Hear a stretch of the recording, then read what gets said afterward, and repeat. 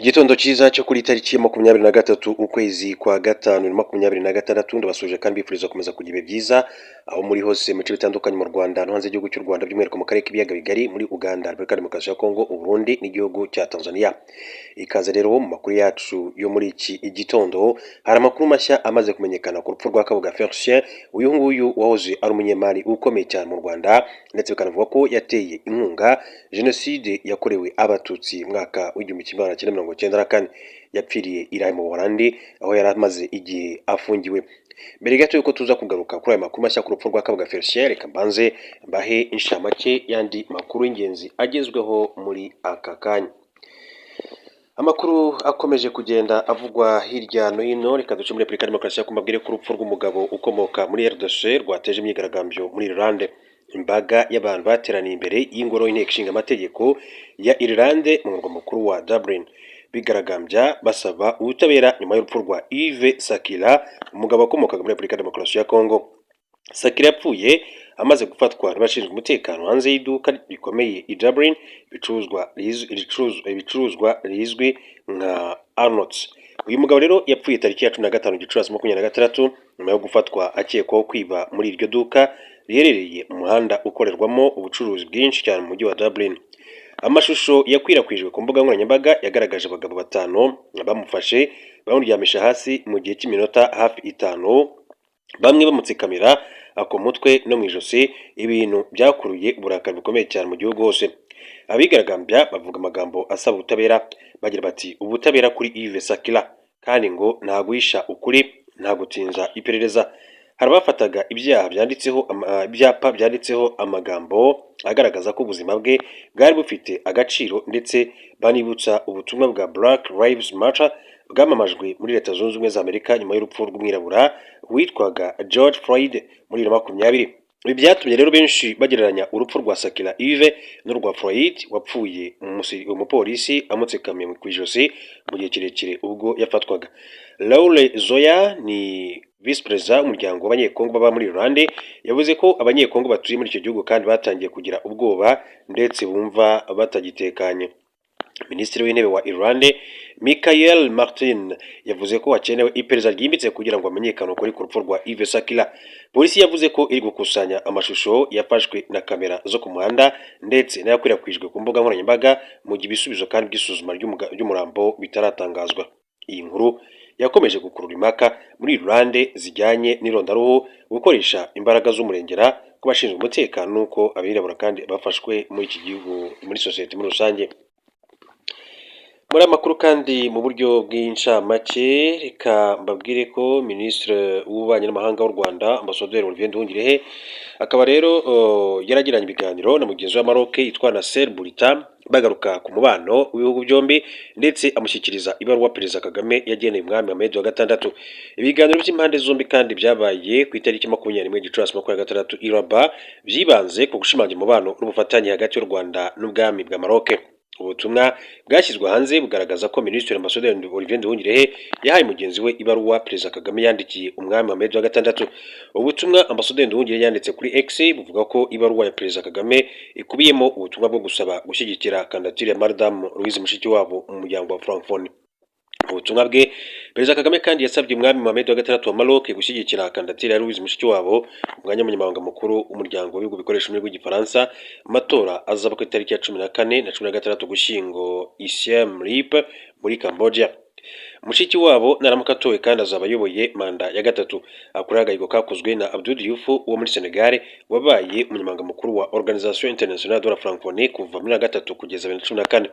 Organisation Internationale de la Francophonie ni umuryango ufite inkomoko mu myaka 1970 ariko iri zina warifashe muri 2005. Tariki 20 Werurwe mwaka w'1970 nibwo hasinywe amasezerano ashyiraho ishami rirengera ubufatanye n'umuco mu bihugu 21 bigizwemo uruhare na Léopold Sédar Senghor wayoboraga Senegal, Habibou Bourguiba ndetse wa Tunisia, Hamani Diori wa Niger n'igikomangoma Norodom Sihanouk wa Cambodia. Magingo ya rero uyu muryango kandi ugizwe n'ibihugu bya 17 na guverinoma bitatu bitari ibinyamuryango ku rwego byuzuye mu 20 by'indorereze. u Rwanda ni kimwe mu bihugu kandi byawinjiyemo utaritwa izina rufite uyu munsi umwaka w'1970. Nyuma y'imyaka 9 rubarizwa muri uyu muryango, muri Gicurasi umwaka w'1979 rwakiriye inama ihuza Afurika n'Ubufaransa yabaga ku nshuro ya gatandatu. Mbere gato yuko tujya kuri aya makuru mashya ku rupfu rwa Kabuga Felicien, reka mbabwire ko abantu bagera kuri 69 buriye umusozi wa Everest bazamukiye ku ruhande ruherereye muri Nepal. Biba ubwa mbere abantu bangana gutyo bazamutse uyu musozi mu munsi umwe. Everest ni umusozi kandi muremure ku isi. Ku ruhande rwa Nepal uyu musozi ureshya na metero ibihumbi 8 ndetse na 848 n'ibice 86. Umuyobozi mu biro bishinzwe kandi ubukerarugendo kuri Everest yitwa Himal Gautam yatangaje ko urugendo kandi rwamaze amasaha 11 bafashwa nuko ikirere cyari cyiza. Amashusho n'amafoto kandi byakwirakwijwe kuri internet bigaragaza amagana y'abantu bari ku mirongo bazamuka umusozi. Himal Gautam ati wari umunsi w'amateka, yavuze ko byari byitezwe ko bagira umubare munini cyane w'abasura. Umuyobozi kandi muri Nepal bwavuzwe ko bagendeye ku gahigo kakozwe ku itariki 20 Gicurasi, aho abantu barenga 69 n'abayobora bazamutse Everest bakayirangiza mu mwaka wa 2026 ushobora kandi kuzasiga abantu 600 bawuzamutse, nk'uko aya makuru yakomeje kugenda abishimangira. Ikaze rero muri amakuru yacu kuri Bwana Kabuga Felicien, nk'uko nakomeje kugenda mbibabwira, akaba rero yaraguye irahe mu Buholandi. Urwego rwasigariyeho inkiko mpuzamahanga bya RMCT rwemeje ubuzime bw'urubanza rwa Kabuga Felicien wakurikiranyweho uruhare rukomeye muri jenoside yakorewe abatutsi mu mwaka w'1994 nyuma y'uko apfiriye mu bitaro by'irahe mu Buholandi. Iburanisha ryabaye kuri uyu wa 20 Gicurasi 2026. Urukiko rwemeje ko urubanza rutazongera kandi kuburanishwa, rugaragaza ko rwicuza kuba uregwa apfuye rutarangijwe. Runasaba kandi ubufatanye mpuzamahanga mu gukurikirana abakekwaho ibyaha ndetse no mu bihe bafite ibibazo by'ubuzima.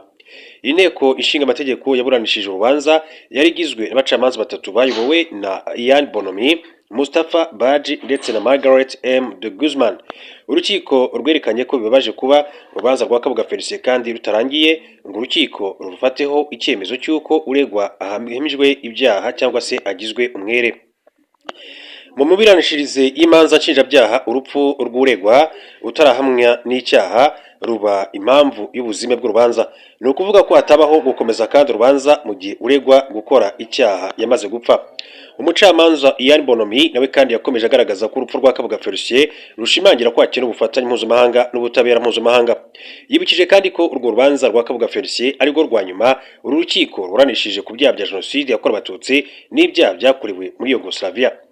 Bwana Kabuga yapfuye kwa gatandatu tariki ya 16 Gicurasi 2026. Kabuga ni umwe muri ba ruharwa bagize uruhare mu rukomeye cyane muri jenoside yakorewe abatutsi mu 1994.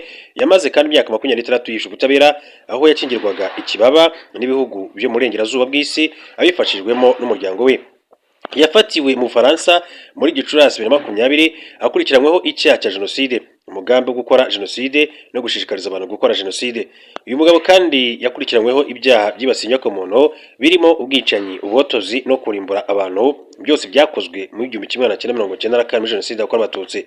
Tariki 26 Ukwakira 2020 Kabuga Felicien yoherejwe muri kasho ya RMCT irahe kuko urwego kandi ari rwo rwari rufite ubasha bwo kumuranisha ku byaha yarakurikiranyweho. Urubanza rwe rwatangiye kandi tariki 29 Nzeri 2022 muri Nzeri 2023 urugero rw'ubujurire rwa RMCT kandi rufata umwanzuro wo guhagarika kumuranisha, rwemeza ko adafite ubushobozi bwo kuburana kubera uburwayi. Nubwo urubanza rwa Kabuga rwahagaze, abacamanza ba RMCT banzuye ko aguma muri kasho ya Loni irahe mu Buholandi, mu gihe kandi yari ategereje ko hari igihugu cyakwemera kumwakira. U Rwanda rwo rwari rwaragaragaje ko rwiteguye kandi kumwakira, nubwo Kabuga atashakaga kandi kurwerekezamo, mu gihe nyamara kandi ibihugu byo mu Burayi yarangamiye byanze kumwakira. Reka dukomeze tureba n'andi makuru atandukanye akomeje kugenda avugwa. Mbabwire ko Perezida William Samoei Ruto w'igihugu cya Kenya yagamburujwe n'abigaragambyaga kubera ibiciro bya mazutu. Abatwara abantu mu modoka za rusange bahagaritse imyigaragambyo yari iteganyijwe gukomeza mu cyumweru gitaha, nyuma y'uko Perezida Dr William Samoei Ruto afashe icyemezo cyo kugabanya 4% ku biciro bya mazutu. abatwara abagenzi n'urubyiruko kandi muri rusange bakoze imyigaragambyo y'iminsi igera kuri 2 yahagaritse ubuzima i Nairobi ibamo n'imvururu zasize kandi abantu bane bapfuye abandi 30 barakomereka. Amashusho yanzuye ko yanyuze kuri televiziyo. Perezida Ruto yavuze ko yategetse ko ibiciro by'amazutu kandi bigabanywaho amashiringi 10 ya Kenya mu biciro bizavugururwa hagati ya Kamena na Nyakanga kugira ngo abayikenera borohererwe no kuyibona. Mu kwezi gushize ibiciro by'amazutu byazamutseho 23.5% bigera ku mashiringi ya Kenya 242 ibice 92. Abayobora ibigo by'ubwikorezi bari kumwe na Perezida Ruto ubwo yatangazaga kandi igabanyuka ry'ibiciro bahise batangaza ko bahagaritse imyigaragambyo yari iteganyijwe mu cyumweru gitaha. Ruto yavuze ko Kenya yakoresheje miliyari 28 z'amashiringi ya Kenya nka nkunganire ngo ibiciro by'ibikomoka kuri peteroli kandi tazamuka cyane nk'uko aya makuru yakomeje kugenda abishimangira muri iki gihugu cya Kenya. Reka rero duhindura ingingo kandi turena n'amakuru atandukanye akomeje kugenda avugwa. Mbabwire ko mu gihugu cya Uganda urwego rw'ubucamanza rwa Uganda rwaburiye abajya mu nkiko bambaye uko bishakiye rubamenyesha ko uzafatwa yarenze ku mabwiriza agenga imiburanishirize y'imanza azajya ahanwa. Rwamenyesheje abajya mu nkiko ko amabwiriza 2024-2029 agenga imiburanishirize y'imanza abasaba kugira imyitwarire myiza, kubaha abacamanza n'ibikorwa remezo bakoreramo. Urwego rwatangaje ko kwinjira mu mbago z'urukiko cyangwa se imbere mu rukiko yambaye imyambaro iriho amagambo, ibishushanyo cyangwa se ibirango byibasira abandi. Ruto ruti mwambare ati byibashye mu rukiko no mu mbago zarwo, nimunambare imyambaro iriho amagambo, ibishushanyo n'ibimenyetso byibasirana. Abajya mu nkiko kandi basabwe kwirinda amagambo ndetse no gukoresha mu mbago z'urukiko ibimenyetso by'umubiri byibasira abandi n'indi myitwarire ishobora kandi kubangama irimo gusakuza ndetse no kuririmba nk'uko amakuru bivuga. Hanyuma tugarutse mu gihugu cy'u Rwanda, ariko babwire ko u Rwanda rwatangije igerageza ryo gutwara abagenzi bajya ndetse n'abava ku kibuga cy'indege bakoreshejwe bisi. Ikigo cya leta gishinzwe imikorere y'imodoka zitwara abantu mu buryo bwa rusange Eco Fleet Solutions ubufatanye n'ikigo gishinzwe kugenzura ibibuga by'indege za gisivili byatangije igerageza ku modoka zitwara abagenzi berekeza cyangwa se bava ku kibuga cy'indege mpuzamahanga cya Kigali. Igerageza ryatangijwe kandi kuwa mbere tariki ya 18 Gicurasi 2026 ritangirizwa mu cyerekezo cya Kanombe kwerekeza mu mujyi wa Kigali rwagati, Kigali International Airport, Shelando, Gishushu, KBC Park in Urban by City Bro, BPR Serena Hotel. Muri iki cyerekezo hashyizwemo imodoka zihariye zitwara abagenda bava ku kibuga cy'indege mpuzamahanga cya Kigali berekeza mu bice bitandukanye by'umwihariko abajya ku mahoteli bazacumbikamo kandi zikoresha amashanyarazi 100%. Umukozi ushinzwe imenyekanisha bikorwa n'itumanaho muri Eco Fleet Solution Havugimana Ardo akaba rero yarasobanuye ko ari imodoka zizajya kandi zikora ibijyanye n'amasaha y'indege. Ni ukuvuga ko rero umuntu uri kuri hoteli runaka ashaka kwerekeza ku kibuga cy'indege bitewe n'isaha ari buhagurukire, imodoka izajya kandi imujyana imugeze ku kibuga cy'indege mpuzamahanga. Kuri ubu rero ikiri gukorwa ni ukugerageza kandi kureba ko igihe icyo cyerekezo kizaba kandi cyatangijwe imodoka izajya yubahiriza amasaha y'abagiye gufata indege. Ku bijyanye n'ibiciro Havugimana Ardo akaba yabwiye ikinyamakuru cya Akadomo ko bikiri gusuzumwa kandi ko bizashyirwaho nyuma y'iryo gerageza riri gukorwa. Yakomeje asobanura ko hari ibyapa biri kuri uwo muhanda uri kwifashishwa bizajya kandi bifasha abashaka kwerekeza ku kibuga cy'indege baturutse mu ngo zabo kandi zakoreshwa n'abagiye cyangwa se abava ku kibuga cy'indege gusa. Ati izafatirwa ku kibuga cy'indege no ku byapa biri kuri uwo muhanda nk'uko yakomeje kugenda abivuga. Akaba rero ari byo yakomeje kugenda agarukaho, ati izafatirwa ku kibuga cy'indege ndetse no ku byapa biri kuri uwo muhanda niyo abajya cyangwa se bava ku kibuga cy'indege kandi izagira ibiciro byihariye. Abandi bajya muri icyo cyerekezo bazakomeza gutega bisanzwe bisi zihuza umujyi ndetse Kanombe, Remera na Kabuga. Yasobanuye kandi ko nk'uko yakomeje kugenda abivuga akaba rero ari ibyo bakomeje kugenda bagarukaho. Eco Fleet Solution yasobanuye ko nk'uko abagenzi basanzwe bagera ku kibuga cy'indege kandi bakaba bafata imodoka isanzwe yo kubageza kuri hoteli, bashobora kandi kuzajya bahitamo kugenda na bisi kuko bizagabanya ikiguzi cy'urugendo. Ntabwo imodoka zisanzwe zijyana cyangwa se zivana abantu ku kibuga cy'indege zizakurwaho, ahubwo Eco Fleet Solution nayo iziyongera kuri abo mu rwego rwo guha abakiriya amahitamo. U Rwanda nk'igihugu cyashyize kandi imbaraga mu bukerarugendo bushingiye ku kwakira inama mpuzamahanga n'ibikorwa binyuranye. Izo bisi zizafasha mu kunoza uburyo bwo gutwara abashyitsi byihuse kandi bitangiza ibidukikije. Iri gerageza ribaye mu gihe u Rwanda kandi rwakira inama zitandukanye zirimo iyiga ku ikoreshwa ry'ingufu za nucleaire muri Afurika, Nuclear Energy Innovation Summit for Africa, yatangijwe ku itariki ya 19 Gicurasi kugeza ku itariki 21 Gicurasi 2026. Rwanakiriye kandi imikino ya nyuma ya BAL 2026 izatangira kandi 22 kugeza ku itariki ya 31 Gicurasi 2026, n'imikino kandi ibereye mu Rwanda ku nshuro ya gatanu. Hanyuma rero reka babwire ko Leta zunze ubumwe za Amerika zatangaje ko zemeye gahunda yo kugurisha Ukraine misile zo mu bwoko bwa Hawk bifite agaciro ka miliyoni 108 z'amadolari Amerika. Guverinoma ya Ukraine yari yasabye ko yagurishwa izo misile n'ibindi bikoresho bigendana nazo mu rwego rwo kurushaho kandi kwagura ubushobozi bw'igisirikare cyayo mu guhangana n'Uburusiya bwayigabyeho ibitero.